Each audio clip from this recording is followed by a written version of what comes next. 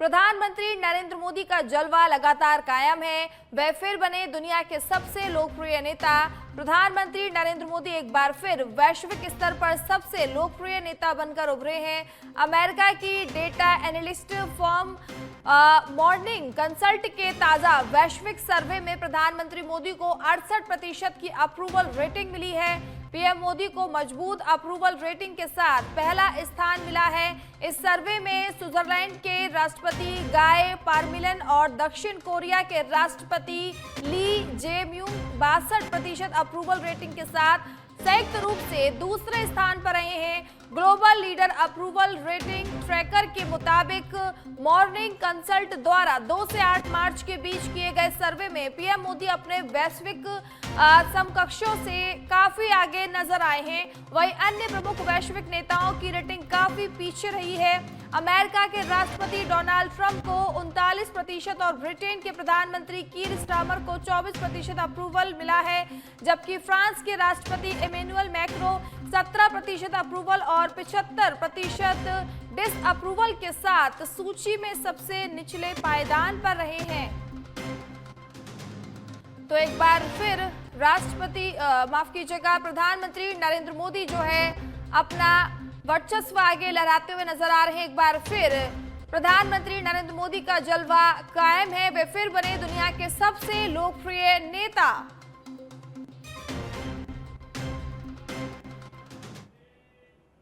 मुख्यमंत्री भजनलाल शर्मा का आज जोधपुर दौरा है। विशेष विमान से सुबह 10:45 पर पहुंचेंगे जोधपुर।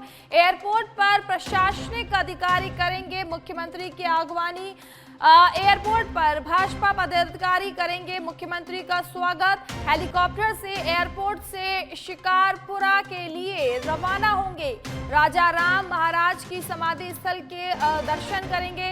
इसी के साथ राजा राम महाराज के 144वें जन्म उत्सव कार्यक्रम में भी शिरकत करेंगे। तो मुख्यमंत्री भजनलाल शर्मा आज जोधपुर के दौरे पर रहेंगे। इस दौरान राजा राम महाराज के 144वें जन्म उत्सव कार्यक्रम में शिरकत करेंगे और इसी के साथ और भी तमाम कार्यक्रमों में शिरकत करेंगे मुख्यमंत्री भजनलाल शर्मा।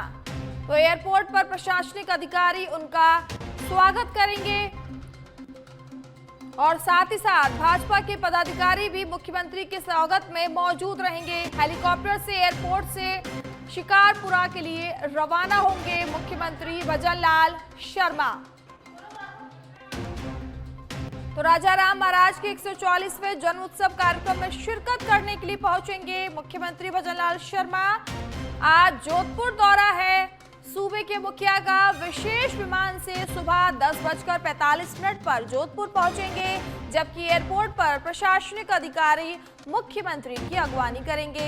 एयरपोर्ट पर भाजपा पदाधिकारी मुख्यमंत्री का स्वागत भी करेंगे। हेलीकॉप्टर से एयरपोर्ट से शिकारपुरा के लिए रवाना होंगे।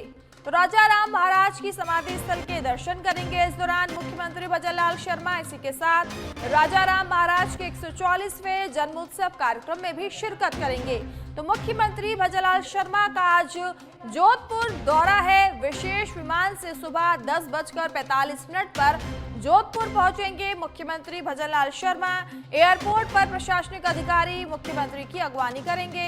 एयरपोर्ट पर भाजपा पदाधिकारी मुख्यमंत्री का स्वागत करेंगे।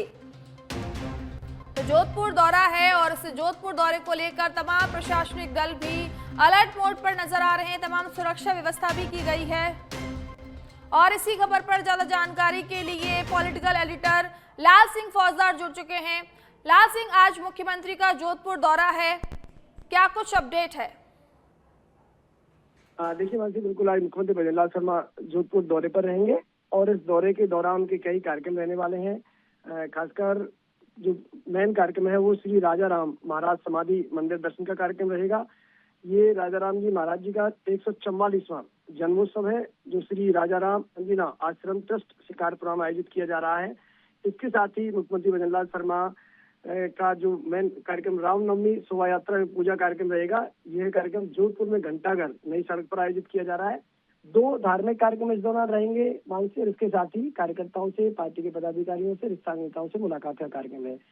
क्योंकि सीएम भजनलाल शर्मा जहाँ भी जाते हैं कार्यक्रम के अलावा क्षेत्र में विकास कार्यों का जायजा लेना, जनप्रतिनिधियों से चर्चा करना, कार्यकर्ताओं से वार्ता करना, ताकि दौरों के साथ साथ जो मकसद है राजस्थान को विकसित राजस्थान बनाना, उसका फीडबैक भी साथ साथ लेते हैं। तो ये 2 धार्मिक कार्यक्रमों के अलावा पार्टी पदाधिकारी और जनप्रतिनिधियों से मुलाकात का भी कार्यक्रम का रहेगा। जी,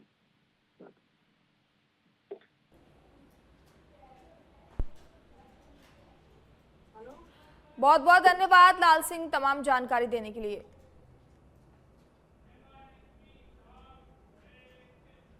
अब खबर जयपुर से है, जहां एसीबी मुख्यालय से खबर सामने आई है। डीजी गोविंद गुप्ता के निर्देश पर एसीबी भरतपुर यूनिट ने की कार्रवाई।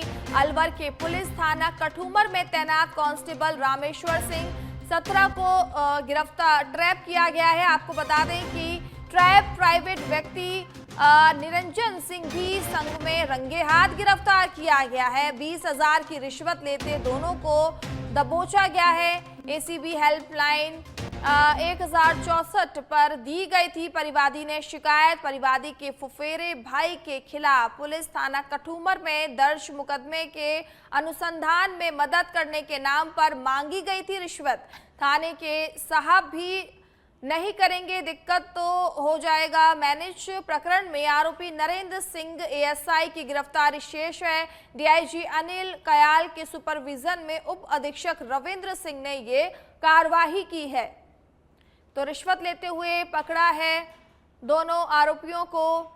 एसीबी भरतपुर यूनिट ने ये कार्रवाई की है। तो कांस्टेबल रामेश्वर सिंह को ट्रैप किया गया है। प्राइवेट व्यक्ति निरंजन सिंह भी संग में गिरफ्तार किए गए हैं। 20,000 की रिश्वत लेते दोनों को धर दबोचा गया है। एसीबी भरतपुर यूनिट ने ये कार्रवाई की है। तो लगातार इस तरह की कार्रवाई सामने आती रहती है और एक बार फिर ये बड़ी कार्रवाई देखने को मिली है, जहां प्राइवेट व्यक्ति निरंजन सिंह भी गिरफ्तार किए गए हैं। 20,000 रुपए की रिश्वत लेते दोनों को दबोचा गया है। एसीबी भरतपुर यूनिट ने ये कार्रवाई की है। तो कांस्टेबल रामेश्वर सिंह और 17 को ट्रैप किया गया है। प्राइवेट व्यक्ति निरंजन सिंह गिरफ्तार किया गया है। 20,000 की रिश्वत लेते दोनों को दबोचा गया है। तो एसीबी भरतपुर यूनिट ने ये कार्रवाई की है। तो ये बड़ी कार्रवाई देखने को मिली है, जहां रिश्वत लेते 2 आरोपियों को पकड़ा गया है और लगातार एसीबी इसी तरह की कार्रवाई करती नजर आ रही है। और एक बार फिर कार्रवाई करते हुए रिश्वत लेते हुए 2 लोगों को गिरफ्तार किया है। एसीबी भरतपुर यूनिट ने ये कार्रवाई की है। तो प्राइवेट व्यक्ति निरंजन सिंह संग गिरफ्तार किए गए हैं।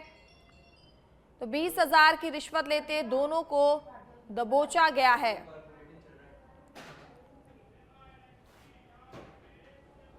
अब खबर कपासन से है, जहां देर रात हुए दर्दनाक सड़क हादसे में एक महिला की मौके पर ही मौत हो गई, जबकि गर्भवती महिला सहित 3 लोग गंभीर रूप से घायल हो गए हैं। हादसे के बाद इलाके में अफरा तफरी का माहौल बन गया है। आपको बता दें कि देर रात तेज रफ्तार ट्रैक्टर ने एक इको कार को जोरदार टक्कर मार दी। टक्कर इतनी भीषण थी कि कार बुरी तरह क्षतिग्रस्त हो गई। हादसे के समय कार में सवार परिजन गर्भवती महिला नूतन को इलाज के लिए कपासन ला रहे थे। इसी दौरान ये दर्दनाक हादसा हो गया। हादसे में करीब 60 वर्षीय बापू बाई की मौके पर ही मौत हो गई, जबकि गर्भवती महिला सहित 3 लोग गंभीर रूप से घायल बताए जा रहे हैं। सूचना मिलते ही 108 एम्बुलेंस मौके पर पहुंची और घायलों को कपासन अस्पताल पहुंचाया गया। घायलों की हालत गंभीर होने पर प्राथमिक उपचार के बाद उन्हें जिला चिकित्सालय रेफर किया गया है। हादसे की सूचना पर राशमी थाना पुलिस और कपासन पुलिस मौके पर पहुंची। फिलहाल पुलिस पूरे मामले की जांच में जुटी हुई है। वहीं अब सवाल ये उठ रहे हैं कि आखिर कपासन में कब थमेगा रफ्तार का कहर और इस तरह की खबरें कब थमेंगी। तो हादसे में गर्भवती महिला सहित 3 लोग घायल हुए हैं, जबकि एक 60 वर्षीय की मौत हो चुकी है इस दर्दनाक हादसे में। अब खबर बारां से है, जहां बारां जिले के अंता से खबर है। बारां जिले के अंता के निकट बुबलिया कला में गेहूं खेत में भीषण आग लगने से करीबन 4 बीघा गेहूं जलकर राख हो गए हैं। समय रहते ग्रामीणों द्वारा ट्रैक्टर के माध्यम से आग पर काबू पा लेने के कारण भारी नुकसान होने से बचा लिया गया है। खेत मालिक मुकेश गोचर ने बताया कि खेत में होकर निकल रही 33 कीवी विद्युत लाइन की स्पार्किंग के चलते गेहूं के खेत में आग लग गई है। वहीं देखते ही देखते आग ने विकराल रूप धारण कर लिया। ऐसे में गांव के लोगों में हड़कंप मच गया था। बाद में ग्रामीणों द्वारा अपने ही स्तर पर आग बुझाने का काफी प्रयास किया गया और ट्रैक्टरों के माध्यम से कड़ी मशक्कत के बाद जो है आग पर काबू पाया गया। बाद में नगरपालिका की दमकल भी घटनास्थल पर पहुंची, लेकिन तब तक आग पर काबू पा लिया गया था। खेत में आगजनी के कारण करीब 4 बीघा गेहूं जलकर राख हो गए हैं। तो ट्रैक्टरों के माध्यम से बड़ी मशक्कत के बाद जो है आग पर काबू पाया गया।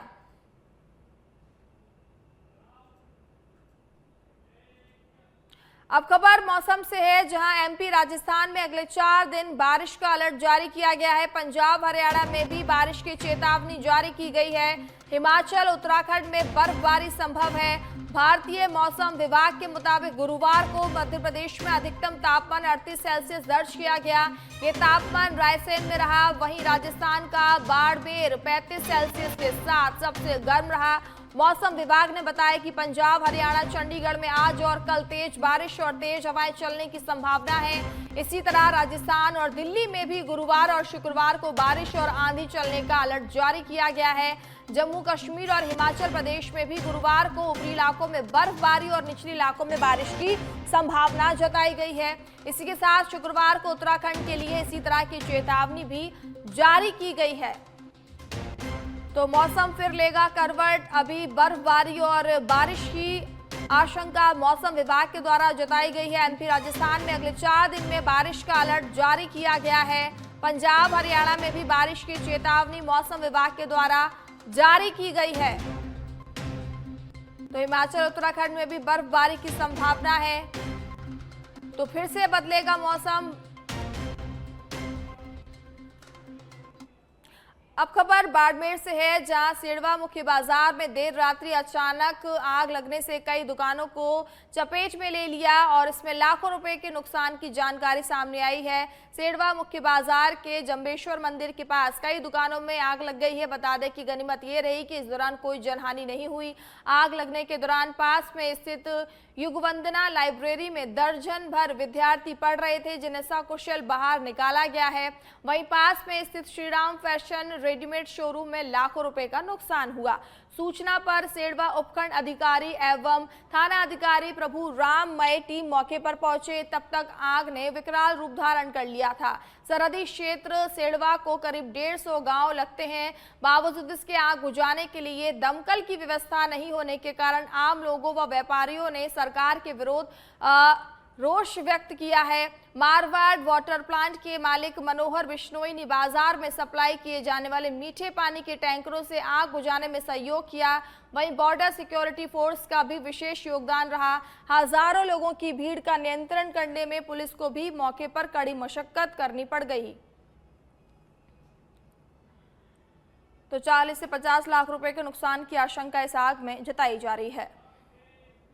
जालोर में आगामी रामनवमी पर्व को शांतिपूर्ण और सौहार्दपूर्ण माहौल में संपन्न कराने के लिए पुलिस प्रशासन पूरी तरह से सतर्क नजर आ रहा है।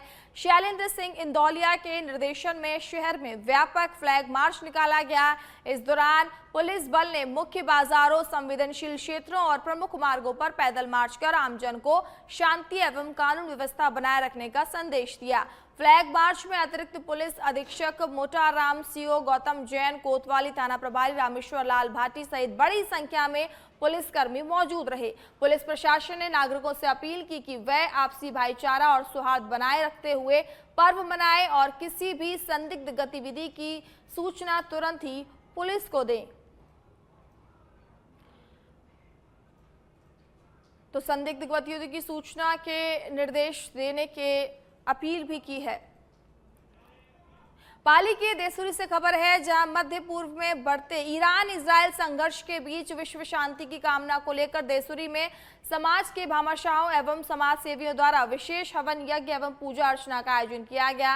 इस धार्मिक कार्यक्रम में क्षेत्र के अनेक गणमान्य नागरिक एवं समाज सेवी एकत्रित हुए और पूरे विश्व में शांति, सौहार्द और भाईचारे की स्थापना के लिए प्रार्थना की। कार्यक्रम में पंडित अशोक दवे ने वैदिक विधि विधान के साथ हवन यज्ञ संपन्न कराया। इस दौरान उपस्थित श्रद्धालुओं ने आहुतियां देकर विश्व में अमन चैन की कामना की। कार्यक्रम में वक्ताओं ने कहा कि वर्तमान वैश्विक परिस्थितियां अत्यंत चिंताजनक है। युद्ध की स्थिति केवल संबंधित देशों तक सीमित नहीं रहती है, बल्कि इसका असर पूरे विश्व पर पड़ता है। उन्होंने कहा कि युद्ध कभी किसी समस्या का समाधान नहीं होता, बल्कि इससे जन धन की भारी हानि होती है। सभी ने एक स्वर में विश्व समुदाय से शांति की दिशा में ठोस कदम उठाने की अपील की है। तो देसूरी में विश्व शांति के लिए हवन यज्ञ किया गया और समाज सेवियों ने अमन चैन के इस दौरान कामना भी की है। ईरान इजराइल संघर्ष के बीच विश्व शांति को लेकर ये यज्ञ किया गया है। अब खबर राजस्थान के जोधपुर से है, जहां जोधपुर में आंध्र प्रदेश पुलिस की रेड आईएसआई से जुड़े सोशल मीडिया संगठन का युवक पकड़ा गया है। एग्जाम पास कर बना ग्रुप एडमिन, युवाओं का ब्रेन वॉश करता था। 2 संदिग्ध भी पकड़े गए हैं। आरोपी युवक के फोन से आईएसआई से जुड़े संदिग्ध वीडियो बरामद हुए हैं, जिन्हें वह सोशल मीडिया ग्रुप में शेयर कर युवाओं का ब्रेन वॉश कर कट्टरपंथी विचारधारा से जोड़ता था। वह पहले से जेल में बंद आईएसआई से जुड़े अन्य लोगों के संपर्क में भी था। पुलिस ने 2 संदिग्धों को भी पकड़ा है। दरअसल कुछ दिन पहले आंध्र प्रदेश की विजयवाड़ा पुलिस ने आईएसआई कट्टरपंथी विचारधारा से जुड़े एक युवक को गिरफ्तार किया था। उससे पूछताछ में जोधपुर के नई सड़क इलाके में रहने वाले जीशान का नाम सामने आया। मंगलवार शाम विजयवाड़ा पुलिस की टीम जोधपुर पहुंची और सदर बाजार थाना प्रभारी माणक राम की टीम के साथ मिलकर देर रात जीशान को गिरफ्तार किया गया। तो राजस्थान के जोधपुर से बड़ी खबर आपको बता रहे हैं। भरतपुर से बड़ी खबर है, जहां भरतपुर में खौफनाक वारदात देखने को मिली। ज्वेलर को घर से 100 मीटर पहले गले में गोली मारी गई है। भरतपुर के नदबई में बाइक सवार बदमाशों ने ज्वेलर योगेंद्र चोपड़ा की गले में गोली मारकर हत्या कर दी है और सोने चांदी से भरा बैग लूटकर फरार हो गए हैं। आक्रोशित व्यापारियों ने थाने के बाहर प्रदर्शन किया, पुलिस पर लापरवाही के आरोप लगाए। ज्वेलर अपनी दुकान बंद कर स्कूटी से घर लौट रहा था। घर से 100 मीटर पहले बदमाशों ने उनको गोली मार दी। गोली की आवाज सुनकर लोग दौड़कर मौके पर आए और ज्वेलर को अस्पताल ले जाया गया, जहां इलाज के दौरान दम तोड़ दिया गया। वारदात नदबई के पंजाबी कॉलोनी में हुई। घटना से आक्रोशित व्यापारियों ने नदबई पुलिस थाने के सामने शव रखकर प्रदर्शन किया और पुलिस की कार्य प्रणाली पर सवाल खड़े किए। घटना से व्यापारी वर्ग सहित आमजन में गहरा आक्रोश है। घटना की सूचना पर एसपी दिग्नंत आनंद नदबई पहुंचे और आरोपियों की जल्द पहचान कर गिरफ्तार कर कानूनी कार्रवाई का आश्वासन दिया। साथ ही व्यापारियों की समझाइश कर शव को पोस्टमार्टम के लिए अस्पताल की मोर्चरी में रखवाया गया और सुबह शव का पोस्टमार्टम करवाया गया।